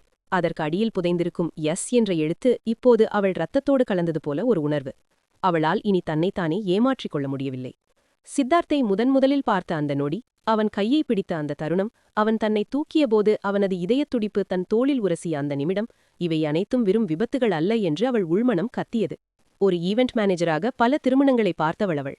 ஆனால் இதுநாள் வரை ஒரு ஆணிடம் கூட தோன்றாத ஒரு ஆழமான உரிமை உணர்வு சித்தார்த்திடம் மட்டும் ஏன் தோன்றுகிறது? எனக்கு மட்டும்தான் சொந்தம்னு ஏன் என் மனசு சொல்லுது? மீரா திகைத்துப் போனாள். அவள் இத்தனை நேரமாக போட்ட ஆபரேஷன் ரீயூனியன் திட்டங்களெல்லாம் உண்மையில் ஸ்ருதிக்காகத்தானா, அல்லது ஸ்ருதிக்கு உதவி செய்வது போல நடித்து சித்தார்த்தை நெருங்குவதற்காக அவளே தனக்குத்தானே போட்டுக்கொண்ட வேஷமா? ச்சே, நான் இவ்வளவு சீப்பானவளா என்று தன் முகத்தைத்தானே கைகளால் மூடிக்கொண்டாள். ஆனால் ஒரு கணம் கண்கள் மூடினாலும் சித்தார்த்தின் அந்த ஆழமான கண்கள்தான் வந்து நின்றன. ஹரிணிக்கும் அவனுக்கும் திருமணம் நடப்பதாக நினைத்தாலே மீராவின் வயிறு ஒருவிதத்தில் எரியத் தொடங்கியது. இது பொறாமை அல்ல, தன் பொருளை யாரோ பறித்து செல்வதைப் போன்ற ஒரு தவிப்பு. அவளுக்குள் ஒரு பெரிய குழப்பம் விஸ்வரூபம் எடுத்தது. இப்போது அவள் திருமணத்தை நிறுத்த நினைக்கிறாள். அது ஸ்ருதிக்கு அவன் மேலிருக்கும் காதலை சேர்த்து வைப்பதற்கா, அல்லது சித்தார்த் வேறொரு பெண்ணுக்கு தாலி கட்டுவதை பார்க்க பிடிக்காத அவளது சுயநலமான காதலா? நட்பு ஒரு பக்கம், காதல் ஒரு பக்கம். ஸ்ருதியின் அழுகை அவளை உறுத்தியது. ஆனால் சித்தார்த்தின் இழப்பு அவளை மரண பயத்திற்கு உள்ளாக்கியது. தன் வாழ்க்கையில் எதையும் மிக தெளிவாக திட்டமிடும் மீரா முதல் முறையாக தனது உணர்வுகளின் சிக்கலில் சிக்கி தத்தளித்தாள். அந்த அதிகாலை நேரத்து அதிரடி மீராவின் வாழ்க்கையிலேயே மறக்க முடியாத ஒரு காமெடி கலாட்டாவாக மாறப்போகிறது என்று அவள் அப்போது நினைக்கவில்லை. மணி, இங்க பாரு, நான் சொல்றதா அப்படியே செய். அந்த மெயின் ஸ்விட்ச் போர்டு இருக்கே, அதுல இருக்கிற முக்கியமான ஃபியூஸை மட்டும் லபக்குன்னு பிடுங்கிடு. ஒரு அரை மணி நேரம் மண்டபமே கும்மிருட்டா ஆகணும். முகூர்த்த நேரத்துல கரண்ட் இல்லைன்னா அபசகுணம்னு சொல்லி ஹரிணி வீட்ல கல்யாணத்தை நிறுத்திடுவாங்க. புரிஞ்சதா? மீரா ரகசிய குரலில் உத்தரவிட்டாள். மணி திருவென விழித்தான். அக்கா, இது ரிஸ்க்குக்கா. அப்புறம் என்னடா, போடா சீக்கிரம் என்று அவனை தள்ளிவிட்டாள் மீரா. மீரா மெல்ல பதுங்கிச் சென்று ஸ்விட்ச் போர்டை அடைந்தான். ஒரே ஒரு இழு, சட்டென்று மண்டபத்தின் அத்தனை விளக்குகளும் அணைந்தன. கிளிக் என்ற சத்தத்துடன் உலகம் இருட்டில் மூழ்கியது. மீரா தன் அறைக்கு வெளியே நின்று இருட்டை பார்த்து பெருமையுடன் சிரித்துக் கொண்டாள். எஸ், ஒர்க் அவுட் ஆயிடுச்சு. ஆனால் அடுத்த 10வது வினாடியே சமையல் அறையிலிருந்து ஒரு பயங்கர அலறல் சத்தம் கேட்டது. ஐயோ, எவண்டாது? இது தலைமை சமையல்காரர் முனுசாமியின் குரல். கும்மிருட்டில் சமையல் கூடமே ரணகலமானது. முனுசாமி சாம்பார் கொதித்துக் கொண்டிருந்த அண்டாவின் அருகே நின்றிருந்தார். கரண்ட் போன வேகத்தில் தடுமாறியவர் கையில் வைத்திருந்த 1 கிலோ சர்க்கரை மூட்டையை அப்படியே சாம்பார் அண்டாவிற்குள் கவிழ்த்து விட்டார். அவர் கத்த, அங்கிருந்த உதவியாளர்கள் இருட்டில் எதையோ மிதித்து வழுக்கி விழத் தொடங்கினர். மறுபுறம் மண்டபத்தின் ஹாலில் மாப்பிள்ளை வீட்டார் வரிசையாக தரையில் படுத்து உறங்கிக் கொண்டிருந்தனர். இருட்டில் பாத்ரூம் செல்ல எழுந்த சித்தார்த்தின் பெரியப்பா நேராக போய் சித்தார்த்தின் தம்பி மீது மோதினார். யாரடாது? திருடன், திருடன் என்று தம்பி அலற, டேய், நான் தாண்டா உன் பெரியப்பா என்று அவர் கத்த. இருட்டில் இருவரும் ஒருவரை ஒருவர் கட்டிக்கொண்டு உருளத் தொடங்கினர். சமையல் அறையிலிருந்து ஒரு உதவியாளர் ஓடி வந்து, சாம்பார் இனிக்குது, சாம்பார் இனிக்குது என்று கத்திக்கொண்டே வர, தூக்கத்தில் இருந்தவர்களெல்லாம், என்னது, சாம்பார்ல பாயசமா, கல்யாணம் முடிஞ்சிடுச்சா என்று குழப்பத்தில் ஆளுக்கு ஒரு பக்கம் ஓட ஆரம்பித்தனர். ஒரு முதியவர் தன் வேட்டியை தடுமாறி மிதிக்க அது அவிழ்ந்துவிட, அவர் ஐயோ, என் வேட்டியை எவனோ உருவிட்டான் என்று கத்த, அந்த இடமே ஒரு மாரத்தான் ஓட்ட பந்தயம் போல மாறியது. சரியாக அந்த நேரம் பார்த்து ஹரிணியின் அப்பா தன் ஐபோன் டார்ச்சை எரிய வைத்தார். அந்த வெளிச்சத்தில் பார்த்தால் ஒருவன் சாம்பார் கரண்டியுடன் நிற்கிறான், ஒருவன் வேட்டியை கையில் பிடித்துக் கொண்டு நிற்கிறான். பெரியப்பா தம்பி மீது அமர்ந்திருக்கிறார். என்னப்பா நடக்குதுங்க என்று அவர் கத்த, அடுத்த 5வது நிமிடம் எலக்ட்ரீஷியன் வந்து, யாருப்பா ஃபியூஸ கழட்டி விளையாடுறது என்று கேட்டுவிட்டு அதை சரி செய்தார். விளக்குகள் எரிந்ததும் மீரா பார்த்த காட்சி. சமையல்காரர் அழுது கொண்டே நின்றிருந்தார். இந்த சாம்பாரை இனிமே குடிக்க முடியாது. இது இனிமே மைசூர் பாகுதான். மீரா நெற்றியில் அடித்துக் கொண்டாள். சித்தார்த் தூங்கிட்டா முகூர்த்தம் தானா தள்ளி போகும், அப்புறம் பாத்துக்கலாம் என்று தனக்குள் உறுதி பூண்டபடி தன் கைப்பைக்குள்ளிருந்த தூக்க மாத்திரையை எடுத்து ஒரு கப்பிலிருந்த சூடான காஃபியில் நைஸாக கலந்தாள் மீரா. மீரா அந்த காஃபி கப்பை எடுத்துக்கொண்டு சித்தார்த் அமர்ந்திருந்த அறை நோக்கி மிஷன் இம்பாசிபிள் பின்னணி இசை மனதுக்குள் ஒலிக்க பதுங்கி பதுங்கி சென்றாள். சார், ரொம்ப டயர்டா இருப்பீங்க, இந்தாங்க காஃபி என்று மீரா நீட்ட சித்தார்த் அதை வாங்க கையை நீட்டினான். சரியாக அந்த நேரம் எங்கிருந்தோ திபுதிபுவென ஓடி வந்த குரு சித்தார்த்தின் கையை பின்னுக்கு தள்ளிவிட்டு காஃபி கப்பை தட்டி பறித்தான். ஏ மீரா, என்ன இவனுக்கு மட்டும் ஸ்பெஷல் கவனிப்பு? நேத்திலிருந்து ஒரு பொட்டு தூக்கம் இல்ல, எனக்கு தான் இந்த காஃபி இப்போ ரொம்ப முக்கியம் என்று சொல்லிவிட்டு மீரா ஐயோ வேணா என்று சொல்லும் முன்பே கடகடவென மொத்த காஃபியையும் குடித்து முடித்தான். மீரா வாய் பிளந்து நின்றாள். அது அது வந்து குரு அண்ணா. ஆஹா, என்ன ருசி! ஆனா ஏதோ ஒரு மாதிரி கசக்குதே. இருக்கட்டும் என்று சொல்லிக்கொண்டே குரு அங்கிருந்த சோஃபாவில் அமர்ந்தான்.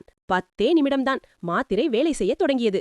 மேடையின் ஒரு ஓரத்திலிருந்த அந்த பெரிய சோஃபாவில் குரு அப்படியே சரிந்தான். அவனது தலை பின்னோக்கி சாய வாய் ஆவென திறந்தது. அடுத்த நொடி அங்கிருந்து ஒரு சத்தம் கிளம்பியது.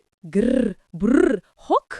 அது குரட்டை சத்தமல்ல, ஏதோ ஒரு பழைய லாரி மலை ஏறுவது போன்ற கர்ஜனை. நாதஸ்வர வித்வான் ராக் என்று ஒரு பிடியை பிடிக்க குருவின் குரட்டை பக் என்று அதை ஓவர்டேக் செய்தது. மண்டபத்திலிருந்தவர்கள் எல்லாம் அதிர்ச்சியில் திரும்பினார்கள். என்னப்பா இது, எங்கேயாவது டைனோசர் புகுந்துடுச்சா என்று ஒரு பெரியவர் கேட்க கூட்டம் மெல்ல குருவை சுற்றி திரண்டது. அட, நம்ம குரு தம்பிதான், என்ன ஒரு தூக்கம், இந்த சத்தத்துல எப்படித்தான் தூங்குறானோ என்று சொல்லிவிட்டு சில இளைஞர்கள் தங்கள் போன்களை எடுத்து வீடியோ எடுக்க தொடங்கினர். மக்களே, இதோ பாருங்க, நாதஸ்வரத்துக்கு போட்டியா குரட்டை விடுற ஒரு மகா கலைஞன் என்று ஒருவன் வர்ணனை செய்ய குருவோ எதை பற்றியும் கவலைப்படாமல் தூக்கத்தில் கையை காலை ஆட்டி கிர் பக் என்று ரிதம் தவறாமல் சத்தம் போட்டுக் கொண்டிருந்தான். குருவின் குரட்டை சத்தத்தில் ஹரிணி வைத்திருந்த பூச்சரம் கூட லேசாக ஆடியது. இதை எல்லாம் ஒரு தூணின் பின்னால் மறைந்து நின்று பார்த்து கொண்டிருந்த மீரா தன் தலையில் ஓங்கி ஒரு அடி அடித்துக் கொண்டாள். கடவுளே, அந்த சித்தார்த்தை தூங்க வைக்க பார்த்தா இந்த எருமை மாட்டை இப்படி தூங்க வைத்து விட்டேனே. ஹரிணியை கல்யாணம் பண்ணிக்க போறவனுக்கு பதிலா ஹரிணியை காதலிக்கிறவனை கோமா ஸ்டேஜுக்கு அனுப்பிட்டேனே. நான் வில்லி ஆகணும்னு நினைச்சா என்னை இப்படி சிரிப்பு போலீஸாக்கிட்டியே என்று புலம்பினாள். சித்தார்த் இப்போது மீராவை பார்த்து விட்டான். அவளது முகத்தில் இருந்த அந்த திருட்டு மொழியையும் சோஃபாவில் கிடக்கும் குருவையும் பார்த்த அவனுக்கு விஷயம் புரிந்துவிட்டது. மீராவுக்கு அடுத்த ஐடியா மின்னல் போல தோன்றியது. தாலி இல்லன்னா தாலி கட்ட முடியாது, சிம்பிள் லாஜிக் என தனக்குள் சொல்லிக் கொண்டவள் மேடைக்கருகே வைக்கப்பட்டிருந்த பூசை தட்டையே நோட்டம் விட்டாள். பட்டத் துணியால் மூடப்பட்டிருந்த அந்த தட்டில் மஞ்சள் கயிறு கோர்க்கப்பட்ட அந்த தங்கம் ஜொலித்துக் கொண்டிருந்தது. ஐயர் தீபாராதனை காட்ட திரும்பிய அந்த ஒரு நொடி மீரா ஒரு கை தேர்ந்த கில்லாடி போல தட்டை லபக் என்று தூக்கிக் கொண்டு தன் அறை நோக்கி மாரத்தான் ஓட்டத்தில் குதித்தாள். விறுவிறுவென தன் அறைக்குள் புகுந்து கதவை சாத்தியவள், அப்பாடா, இப்போ தாலிய தேடியே முகூர்த்த நேரம் முடிஞ்சிடும் என்று பெருமூச்சு விட்டாள். ஹேய், பிடிப்பட்டிங்க மீராக்கா! திடீரென அறையின் மூலையில் இருந்த சோபாவுக்கு பின்னால் இருந்து ஹரிணியின் 10 வயது தம்பி ரோகித் கையில் ஒரு பிளாஸ்டிக் துப்பாக்கியுடன் குதித்து வெளியே வந்தான். அவன் கண்களில் ஒரு துப்பறியும் நிபுணருக்கே உரிய குறும்பு மின்னியது. ரோகித், நீங்க என்ன பண்ற? மீரா திடுக்கிட்டு தட்டை பின்னால் மறைத்தாள். நான் ஜேம்ஸ் பாண்ட் விளையாட்டு விளையாடுற. நீங்க எதுக்கு அக்கா தாலிய திருடிட்டு வந்தீங்க? நான் போய் எல்லார்கிட்டையும் சொல்ல போறேன். ஏய் அக்கா, தாலிய திருடிட்டாங்க என்று அவன் கத்திக்கொண்டே கதவை நோக்கி ஓடினான். டீதை இருடா என்று பதறிய மீரா கையில் இருந்த தாலி தட்டை மறைக்க ஒரு இடத்தை தேடினாள். அவசரத்தில் அங்கிருந்த ஒரு பழைய துணி மூட்டைக்குள் அதை வீச பார்த்தாள். ஆனால் அவளது பதற்றத்தில் குறி தவறியது. தட்டு பறந்து சென்று அந்த அறையில் திருமண விருந்துக்காக வைக்கப்பட்டிருந்த ஃப்ரூட் சாலட் நிரம்பிய ஒரு பெரிய பாத்திரத்திற்குள் பச்சக்கென்று விழுந்தது. பாலும் பழமுமாக இருந்த அந்த திரவத்திற்குள் தாலி தட்டு மூழ்கி மறைந்தது. வெளியே தாலிய காணோம், தாலிய காணோம் என்று பெரும் கூச்சல் எழ ஆரம்பித்தது. சித்தார்த்தன் அம்மா தலையில் கை வைத்து உட்கார்ந்து விட்டார். மாப்பிள்ளை வீட்டார் மண்டபத்தையே சல்லடை போட்டு தேடினர். அந்த நேரம் பார்த்து ஹரிணியின் பெரியப்பா, யாராவது கொஞ்சம் குடிக்க ஏதாவது கொடுங்கப்பா, தொண்டை அடையுது என்று சொல்லிக்கொண்டே மீராவின் அறைக்குள் இருந்த அந்த பழச்சாறு பாத்திரத்தை பார்த்தார். ஒரு பெரிய கரண்டியால் அதிலிருந்த சாற்றை முகர்ந்து குடித்தார். திடீரென அவர் முகம் ஒரு மாதிரி மாறியது. எதையோ கடிக்க முடியாமல் திணறியவர், என்னப்பா இது, பழத்துல இவ்வளோ பெரிய கொட்டையா என்று சொல்லிவிட்டு வாயிலிருந்து ஏதோ ஒன்றை வெளியே எடுத்தார். அவரது கையில் மஞ்சள் கயிறு ஒட்டி இருக்க பாலில் நனைந்தபடி ஜொலித்தது தாலி. யாருப்பா இது, பழத்துல தங்க காசு போட்டு புண்ணியம் தேடிக்கிறது, கடிக்கவே முடியல என்று அவர் அப்பாவித்தனமாக கேட்க மண்டபமே ஒரு நிமிடம் அமைதியாகி பின் வெடி சிரிப்பில் அதிர்ந்தது. ஐயர் ஓடி வந்து, தாலிய பால்ல நினைச்சு எடுத்திருக்காங்க, இது ஏதோ ஒரு விசேஷ நேர்த்தி கடன் போல என்று அதற்கு ஒரு புது விளக்கம் கொடுக்க தாலி மீண்டும் மேடைக்கு சென்றது. தூணின் பின்னால் நின்று இதை பார்த்த மீரா தன் நெற்றியில் ஓங்கி ஒரு அடி அடித்துக் கொண்டாள். மறுபடியும் சொதப்பலா? நான் என்ன செஞ்சாலும் அது இவங்களுக்கு நல்லதாவே முடியுதே. கடவுளே, நான் வில்லி ஆகிறதுக்கு லாயக்கே இல்லையா என்று புலம்பினாள்.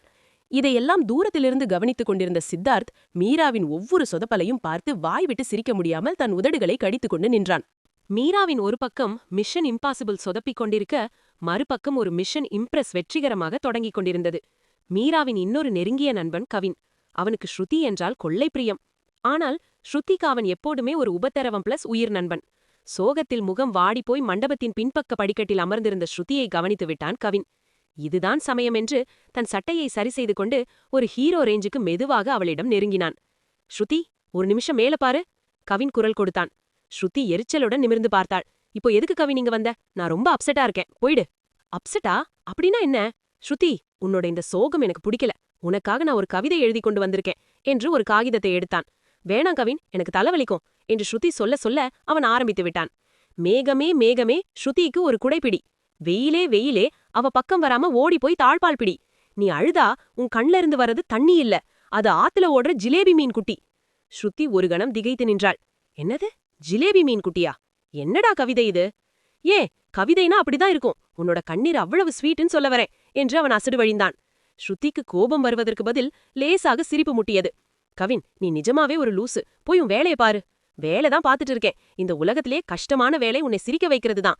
இங்க பாரு ஸ்ருதி, அந்த சித்தார்த் போனா போயிட்டு போறான். ஜொலி ஜொலிக்கிற இந்த ஜுவல் கவின் இருக்கப்போ உனக்கு என்ன கவலை?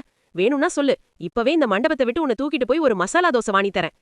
கவின் சொல்லும் அந்த மொக்கையான ஜோக்குகளும் அவனை சுற்றி இருக்கும் அந்த பாசிட்டிவ் எனர்ஜியும் ஸ்ருதியின் பாரமான மனதை மெல்ல லேசாக்கின. அவன் வேண்டுமென்றே தடுமாறி விழுவது போல பாவனை செய்வதும், ஹரிணியின் அத்தை ஒருவரை போல மிமிக்ரி செய்வதும் ஸ்ருதியை அறியாமலேயே அவளை வாய்விட்டு சிரிக்க வைத்தது. சரி சரி, ரொம்ப பண்ணாத கவின் என்று ஸ்ருதி சிரித்துக்கொண்டே சொன்னாள். அப்பாடா, அந்த சிரிப்பதான் நான் எதிர்பார்த்தேன். இப்ப சொல்லு, இங்க இருக்கிற மொக்கை சாப்பாடு சாப்பிடுறத விட நாளைக்கு சாயந்திரம் ஒரு காஃபி டேட் போலாமோ? No love, no sentiment, only coffee and Kavin comedy. என்ன சொல்ற? ஸ்ருதி அவனை ஒரு நிமிடம் பார்த்தாள். கவின் முகத்தில் எந்த வில்லியத்தனமும் இல்லை, ஒரு உண்மையான அக்கறை தெரிந்தது. சரி, ஆனா ஒரு கண்டிஷன். காஃபி குடிக்கிறப்போ இந்த கவிதை மட்டும் படிக்கக்கூடாது என்று ஸ்ருதி சம்மதித்தாள். சத்தியமா படிக்க மாட்டேன், வேணும்னா பாட்டு பாடுறேன் என்று கவின் துள்ளி குதிக்க, ஸ்ருதி முதலாக தன் கடந்த கால சோகத்திலிருந்து ஒரு படி வெளியே வந்தாள். மீரா திருமணத்தை நிறுத்த போராடி கொண்டிருக்க, அங்கே ஒரு புதிய காதலுக்கான விதை மிக யதார்த்தமாக விழுந்தது. மண்டபத்தின் மாடிக்கு செல்லும் அந்த இருட்டான படிக்கட்டு பாதையில் மீராவின் கையை பிடித்து இழுத்து சென்றான் சித்தார்த். ஆட்கள் நடமாட்டமில்லாத அந்த தனிமை பகுதியில் அவளை ஒரு சுவரோரம் நிறுத்தி தன் இரு கைகளாலும் அவளை சிறைப்பிடித்தான். மீராவின் இதயம் ஒரு பந்தய குதிரையைப் போல எகிரி குதித்தது. சார், அது நான் இன்னும் எத்தனை சார் மீரா? சித்தார்த்தின் குரல் மிக தாழ்ந்து ஆனால் ஒரு காந்த ஈர்ப்புடன் ஒலித்தது. நேத்திலிருந்து நீ பண்ற எல்லா காமெடியையும் நான் பார்த்துட்டு தான் இருக்கேன். ஃபியூஸ பிடுங்கிறது, தாலிய ஒழிச்சு வைக்கிறது, குருவுக்கு தூக்க மாத்திரை கொடுக்கறது, எதுக்காக இதெல்லாம்? இந்த மேரேஜ் நிக்கிறதுனால உனக்கு என்ன லாபம்? மீரா பதில் சொல்ல முடியாமல் விழித்தாள். அந்த கேள்விக்கு அவளுக்கே விடை தெரியவில்லை. அவளது மௌனம் சித்தார்த்தை இன்னும் நெருங்க தூண்டியது. ஏன் மீரா, என்ன பிடிச்சிருக்கா? என்ன காதலிக்கிறியா?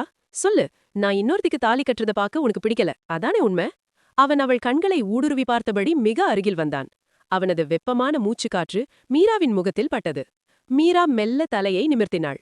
அவளது கண்களில் இப்போது பயமில்லை, ஒரு தாகம் இருந்தது. ஆமா, பிடிக்கல. நீங்க இன்னொருத்தர் கூட வாழறத நினைச்சாலே எனக்கு மூச்சு முட்டுது. இது ஏன் எதுக்குன்னு எனக்கு தெரியாது, ஆனா நீங்க எனக்கு வேணும்னு தோணுது என்று தட்டு தடுமாறி சொல்லி முடித்தாள்.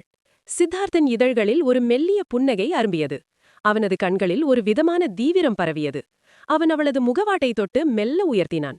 உனக்கு மட்டும் இல்ல மீரா, எனக்கும் அப்படித்தான் இருக்கு என்று சொன்னவன் அவளது நெற்றியில் மென்மையாக தன் இதழ்களை பதித்தான். கீழே முகூர்த்த நாதஸ்வரம் ஒலிக்கத் தொடங்கியது. இன்னும் சரியாக 1 மணி நேரத்தில் அவன் ஹரிணியின் கழுத்தில் தாலி கட்ட வேண்டும். ஆனால் இங்கே அந்த நேர நெருக்கடி எதை பற்றியும் கவலைப்படாமல் இருவரும் ஒருவரை ஒருவர் ஆழமாக பார்த்து கொண்டிருந்தனர். சித்தார்த் அவளது கையை பற்றி தன் இதயத்தின் மீது வைத்தான். அங்கே துடிப்புகள் அதிவேகமாக இருந்தன. அவன் மெல்ல குனிந்து அவளது காதோரம் ரகசியமாக சொன்னான். இந்த கல்யாணம் நடக்காத மீரா, ஆனா அது சொதப்பலால இல்ல, ஏன் முடிவால. சித்தார்த்தின் அந்த அருகாமை மீராவிற்குள் ஒரு மாய உலகத்தை உருவாக்கியிருந்தது. நியாயமாக பார்த்தால் அவளுக்கு அவன் மேல் சந்தேகம் வந்திருக்க வேண்டும். ஸ்ருதியை காதலித்துவிட்டு பின் காதல் இல்லை என்று கைகழுவியவன் இப்போது ஹரிணியை திருமணம் செய்ய வந்துவிட்டு முகூர்த்தத்திற்கு சில நிமிடங்களுக்கு முன்னால் தன்னிடம் காதல் மொழி பேசுகிறானே என்ற தர்க்க ரீதியான கேள்வி அவளுக்குள் எழுந்திருக்க வேண்டும். ஆனால் மீராவின் அறிவு இப்போது அவளது உணர்ச்சிகளுக்கு அடிமையாகி கிடந்தது. அவனது தீர்க்கமான பார்வையில் தெரிந்த ஏதோ ஒரு உண்மை அவளை கட்டி போட்டிருந்தது. சித்தார்த் விறுவிறுவென படிக்கட்டுகளில் இறங்கிச் சென்றான். மீரா இதய துடிப்புடன் அவன் பின்னாடியே சென்றாள். நேராக மேடைக்குச் சென்ற சித்தார்த் அங்கே நின்றிருந்த தன் அப்பா, அம்மா மற்றும் பெண் வீட்டார் அனைவரையும் ஒரு அறைக்கு வரும்படி அழைத்தான். அவனது குரலில் இருந்த ஒரு விதமான அதிகாரமும் அழுத்தமும் யாரையும் மறுத்து பேசவிடவில்லை. அந்த சிறிய அறைக்குள் இரு வீட்டாரும் பதற்றத்துடன் கூடினர். ஹரிணியும் அங்கே குழப்பத்துடன் நின்றிருந்தாள். என்னப்பா சித்தார்த், தாலி கற்ற நேரத்துல இப்படி அவசரமா கூப்பிடுற என்று சித்தார்த்தின் அப்பா கேட்டார். சித்தார்த் ஒரு நிமிடம் எல்லோரையும் பார்த்தான். பிறகு மிக நிதானமாக, இந்த கல்யாணம் இப்போ நடக்காது. நான் ஹரிணிய கல்யாணம் பண்ணிக்க போறதில்ல. இப்பவே இதை நிறுத்திடுங்க என்றான். அந்த அறை ஒரு நிமிடம் நிசப்தமானது. அடுத்த நொடி அங்கே ஒரு வெடிமலை வெடித்தது. என்னடா விளையாடுறியா? முகூர்த்தத்துக்கு நேரம் ஆயிடுச்சு, வெளியூர்காரங்களெல்லாம் வந்திருக்காங்க, இப்ப வந்து கல்யாணம் வேணானா என்ன அர்த்தம் என்று ஹரிணியின் அப்பா ஆத்திரத்தில் கத்தினார். நீ ஒரு பொறுப்பில்லாதவன், ஒரு பொண்ணோட வாழ்க்கையில இப்படித்தான் விளையாடுவியா என்று சித்தார்த்தின் அம்மா அவனை திட்டத் தொடங்கினார். வசவுகளும் கேள்விகளும் அவன் மீது அம்புகளாக பாய்ந்தன. கதவோரம் நின்றிருந்த மீராவுக்கு கை கால்கள் நடுங்கின. என்ன நடக்குதுங்க? நான் ஏதோ சொதப்பல் பண்ணி நிறுத்த நினைச்சேன். ஆனா இவன் என்ன இவ்வளவு தைரியமா மொத்த பழியையும் தான் மேல போட்டுக்கிட்டு நிக்கிறான்? அங்கே தூரத்தில் நின்றிருந்த ஸ்ருதிக்கும் இது ஒரு பேரிடியாக இருந்தது. சித்தார்த், நீ ஏன் இப்படி பண்ற? எனக்காக இல்லனாலும் ஹரிணிக்காவது நீ உண்மையா இருந்திருக்கலாம்ல என்று அவளது மௌனம் கேள்வி கேட்டது. இத்தனை கலாட்டாக்கள் சத்தங்களுக்கு நடுவிலும் ஹரிணி மட்டும் எதையும் பேசாமல் சிலை போல நின்று கொண்டிருந்தாள். அவளது அமைதி அங்கிருந்தவர்களை இன்னும் பயமுறுத்தியது. சித்தார்த் தன் மீது விழுந்த அத்தனை வசவுகளையும் மௌனமாக தாங்கிக் கொண்டான். அவன் முகத்தில் ஒரு குற்ற உணர்ச்சி கூட இல்லை. மாறாக ஏதோ ஒரு பெரிய பாரத்தை இறக்கி வைத்த நிம்மதிதான் தெரிந்தது. அறையே நிசப்தத்தில் உறைந்தது. சித்தார்த்தின் அப்பா அவன் சட்டையை பிடித்து உலுக்கினார். என்னடா உளர்ற? இந்த திருமண தரகரோட உனக்கு தொடர்பா? என்ன நக்கல் பண்றியா? சித்தார்த்தன் அப்பாவின் கைகளை மெதுவாக விலக்கிவிட்டு திகைத்து போய் நின்றிருந்த மீராவின் அருகில் சென்றான். மீராவிற்கு தலை சுற்றியது. சித்தார்த் அனைவரையும் பார்த்து நிதானமாக பேசத் தொடங்கினான். இன்னைக்கு நீங்க பாக்குற இந்த மீராவுக்கு என்ன தெரியாது. ஏன்னா அவளுக்கு அவளோட கடந்த காலமே தெரியாது. ஆனா எனக்கு அவள தெரியும். 3 வருஷத்துக்கு முன்னாடி காலேஜுக்கு அப்புறம் நான் வேலைக்கு சேர்ந்த அந்த ஆபீஸ்ல தான் மீராவை முதன்முதலா பார்த்தேன். ஸ்ருதி மேல எனக்கு இருந்தது வெறும் ஈர்ப்புன்னு புரிஞ்சு நான் விலகின அந்த நேரத்துல எனக்குள்ள காதல விதைச்சது இவதான். ஸ்ருதி அதிர்ச்சியில் வாயடைத்து நின்றாள். மீரா தன் நெஞ்சில் கை வைத்தபடி, என்ன என்ன சொல்றீங்க நீங்க என்று தட்டுத்தடுமாறி கேட்டாள். சித்தார்த் தொடர்ந்தான். நாங்க ரொம்ப ஆழமா காதலிச்சோம். ஒரு அனாதை இல்லத்துல வளர்ந்த மீராவுக்கு நான் தான் உலகமா இருந்தேன். ஆனா விதி ஒரு ட்ரெயின் ஆக்சிடென்ட் ரூபத்துல வந்துச்சு. அந்த விபத்துல மீரா இறந்து போயிட்டான்னு எனக்கு தகவல் வந்துச்சு. அவளோட சடலம் கூட எனக்கு கிடைக்கல. அவளை தொலைச்சிட்டு நான் ஒரு பெணமா தான் இத்தனை நாள் வாழ்ந்தேன். அதனாலதான் வீட்ல ஹரிணிய கல்யாணம் பண்ண சொன்னப்ப கூட ஒரு இயந்திரம் மாதிரி சரின்னு சொன்னேன். சித்தார்த்தின் கண்கள் கலங்கின. இந்த கல்யாணத்தோட முதல் நாள் மீராவை இங்க பார்த்தப்போ எனக்கு தூக்கிய வாரி போட்டுச்சு. ஆனா அவ முகத்துல என்ன பார்த்த எந்த அடையாளமும் இல்ல. அவளோட பழைய நினைவுகள் எல்லாம் அந்த விபத்துல அழிஞ்சு போயிருக்கு. கோமாவில இருந்து மீண்டு வந்தவளுக்கு புது வாழ்க்கை கிடைச்சிருக்கு. அதனாலதான் அவளை தொந்தரவு செய்யாம விலகி போக நினைச்சேன். ஆனா அவன் மீராவின் கண்களை நேராக பார்த்தான். கல்யாணத்தை நிறுத்த நீ பண்ண ஒவ்வொரு சொதப்பலும் உன்குள்ள எடுக்கிற பழைய மீராவை எனக்கு அடையாளம் காட்டுச்சு. நீ ஸ்ருதிக்காக இத பண்றேன்னு சொன்னப்போ எனக்கு கோபம் வந்துச்சு. ஆனா நேத்து உரிமையோட என்ன பார்த்தப்போ எனக்கு புரிஞ்சுது. உன் மூளைக்கு தெரியாத உண்மை உன் இதயத்துக்கு தெரிஞ்சிருக்கு. என் மீரா எனக்கு திரும்ப கிடைச்சிட்டா. மீராவின் மூளைக்குள் மின்னல் வெட்டியது போல ஏதோ சில பிம்பங்கள் வந்து போயின. மங்கலான ஒரு முகம், ஒரு சிரிப்பு, ட்ரெயின் சத்தம். அவளது இதயம் ஏன் இவனிடம் மட்டும் இவ்வளவு வேகம் கொண்டது என்பதற்கான விடை இப்போது அவளுக்கு கிடைத்தது. ஹரிணி மெல்ல முன்னே வந்தாள். அவளது கண்களில் கண்ணீர் இல்லை, ஒரு தெளிவு இருந்தது. உங்க காதல் இவ்வளவு பெருசுன்னு எனக்கு தெரியாது சித்தார்த். ஒரு பொண்ணு செத்துட்டான்னு தெரிஞ்சும் அவன் நினைப்பிலேயே வாழ்ந்த உங்க அன்பு முன்னாடி என் பயம் எல்லாம் ரொம்ப சின்னது என்று சொல்லிவிட்டு தன் கழுத்தில் இருந்த மாலையை கழற்றினாள். அறையில் நிலவிய அந்த பாரமான அமைதியை உடைத்துக்கொண்டு குரு முன்னே வந்தான். அவனது முகத்திலிருந்து அந்த பழைய அகங்காரமும் கோபமும் மறைந்து ஒரு விதமான குற்ற உணர்ச்சி குடிகொண்டிருந்தது. அவன் மெல்ல சித்தார்த்தின் தோளை தொட்டான். சித்தார்த், என்ன மன்னிச்சிடுடா. உன்னோட இந்த திமிருக்கு பின்னாடி இவ்வளவு பெரிய வலி இருக்குன்னு நான் நினைக்கல. ஏதோ என் ஈகோக்காக உன்னை பழி வாங்கணும்னு நினைச்சு உன்னை பத்தி தப்பு தப்பா பேசிட்டேன். ஆனா நிஜமான காதலுக்கு முன்னாடி என் வெறுப்பு தோத்து போச்சுடா என்றான் குரு தழுதழுத்த குரலில். சித்தார்த் அவனை பார்த்து மெலிதாக தலையசைக்க குரு அங்கிருந்த பெரியவர்களை பார்த்தான். இங்க பாருங்க, சித்தார்த் 3 வருஷமா ஒருத்திக்காக வாழ்ந்திருக்கான். அவ இறந்துட்டான்னு தெரிஞ்சும் அவன் நினைப்பிலேயே இருந்திருக்கான். இன்னைக்கு விதி அவங்கள ஒன்னா சேர்த்திருக்கு. இதுக்கு மேலையும் நாம யோசிக்கிறதுல அர்த்தமே இல்ல. முகூர்த்த நேரம் முடியறதுக்குள்ள சித்தார்த் மீரா கல்யாணம் இங்கேயே நடக்கணும். அதுக்கு நான் பொறுப்பு. குருவின் இந்த அதிரடி மாற்றமும் பேச்சும் அங்கிருந்தவர்களின் மனதை மாற்றியது. ஹரிணியின் அப்பாவும் சித்தார்த்தின் அப்பாவும் ஒருவரை ஒருவர் பார்த்து கொண்டனர். இறுதியில், நடந்ததை நினைச்சு இனி வருத்தப்பட வேண்டாம். விதி இவங்க 2 பேரை தான் ஒன்னா சேர்க்கணும்னு இருந்திருக்கு போல என்று சித்தார்த் சம்மதம் தெரிவித்தார். மண்டபமே மீண்டும் சுறுசுறுப்பானது. மீராவுக்கு இது ஒரு கனவு போல இருந்தது. எதையெதையோ செய்து இந்த திருமணத்தை நிறுத்த பார்த்தவள் இன்று அதே மேடையில் மணப்பெண்ணாக அமரப்போகிறாள். ஸ்ருதி ஓடி வந்து மீராவை கட்டிக்கொண்டாள். உன் லைஃப்ல இவ்வளவு பெரிய சோகம் இருந்திருக்குன்னு எனக்கு தெரியாது மீரா. ஆனா இன்னைக்கு நீ உன் காதலை மீட்டெடுத்துட்ட. ஐ எம் சோ ஹாப்பி என்று அவளது நெற்றியில் முத்தமிட்டாள். மீராவை அலங்கரிக்க ஸ்ருதியும் ஹரிணியும் ஒரு பக்கமும், சித்தார்த்தை மேடைக்கு அழைத்துச் செல்ல குருவும் கவினும் ஒரு பக்கமும் நின்றனர். மீராவுக்கு பழைய நினைவுகள் இன்னும் முழுமையாக திரும்பவில்லை. ஆனால் சித்தார்த்தின் கையை பற்றிய போது அவளுக்குள் ஒரு பேரமைதி நிலவியது. அவளது இதயம் அவன் யார் என்று முன்பே அறிந்தது. மேள தாளங்கள் அதிர குரு முன்னின்று அனைத்தையும் கவனிக்க, அந்த அதே முகூர்த்த நேரத்தில் சித்தார்த் மீராவின் கழுத்தில் தாலி கட்டினார். பூக்கள் தூவப்பட, அட்சதைகள் விழ, மீராவின் கண்களிலிருந்து ஆனந்த கண்ணீர் வழிந்தது. தாலி கட்டியதும் சித்தார்த் மீராவின் காதோரம் குனிந்து ரகசியமாக சொன்னார். இப்பவாவது சொல்லு மீரா, உன் ஆபரேஷன் ரீயூனியன் சக்சஸ் தானா? மீரா சிரித்துக்கொண்டே அவன் தோளில் சாய்ந்தாள். ஆபரேஷன் மட்டும் இல்ல சார், இந்த ஈவெண்ட் மேனேஜரோட லைஃபே இப்போதான் சக்சஸ் ஆகியிருக்கு. மண்டபத்தின் ஒரு மூலையில் கவின் ஸ்ருதியுடன் மெல்ல சொன்னான். பாத்தியா, இவங்க கல்யாணமே முடிஞ்சிருச்சு. நாம அந்த காஃபி டேட்டுக்கு இப்பவே கிளவலாமா? ஸ்ருதி முதன்முறையாக தன் கடந்த காலத்தை மறந்து கவினின் கையை பிடித்துக்கொண்டு சிரித்தாள். போகலாமே. குருவின் முகம் இப்போது சாந்தமாக இருந்தது. அப்போது ஹரிணி மெல்ல அவன் அருகில் வந்து நின்றாள். அவளது கண்களில் தன் மனம் நின்றதற்கான துயரமோ ஏமாற்றமோ இல்லை. பதிலாக சித்தார்த்தின் உண்மை காதலை காப்பாற்றிய திருப்தியும் தெரிந்தன. யாரும் கவனிக்காத ஒரு நொடியில் ஹரிணி தன் மென்மையான விரல்களால் குருவின் கையை பலமாக பற்றினாள். குரு திடுக்கென்று திரும்பி பார்த்தான். ஹரிணியின் கண்கள் அவன் கண்களை நேராக சந்தித்தன. அந்த பார்வையில், என்னை இவ்வளவு தூரம் யோசிக்க வைத்ததற்கும் உண்மையை உரக்க சொன்னதற்கும் நன்றி என்ற நன்றி கடனும் அதை தாண்டிய ஒரு புதிய ஈர்ப்பும் தெரிந்தது. குரு அவளது கையை விலக்கவில்லை. பதிலாக அவளது விரல்களை தன் உள்ளங்கைக்குள் பொதிந்து மென்மையாக அழுத்தினார். இத்தனை காலமும் அத்தை மகளாகவும் தோழியாகவும் மட்டுமே தெரிந்த ஹரிணி இன்று அவனுக்கு மிக நெருக்கமானவளாக தெரிந்தது.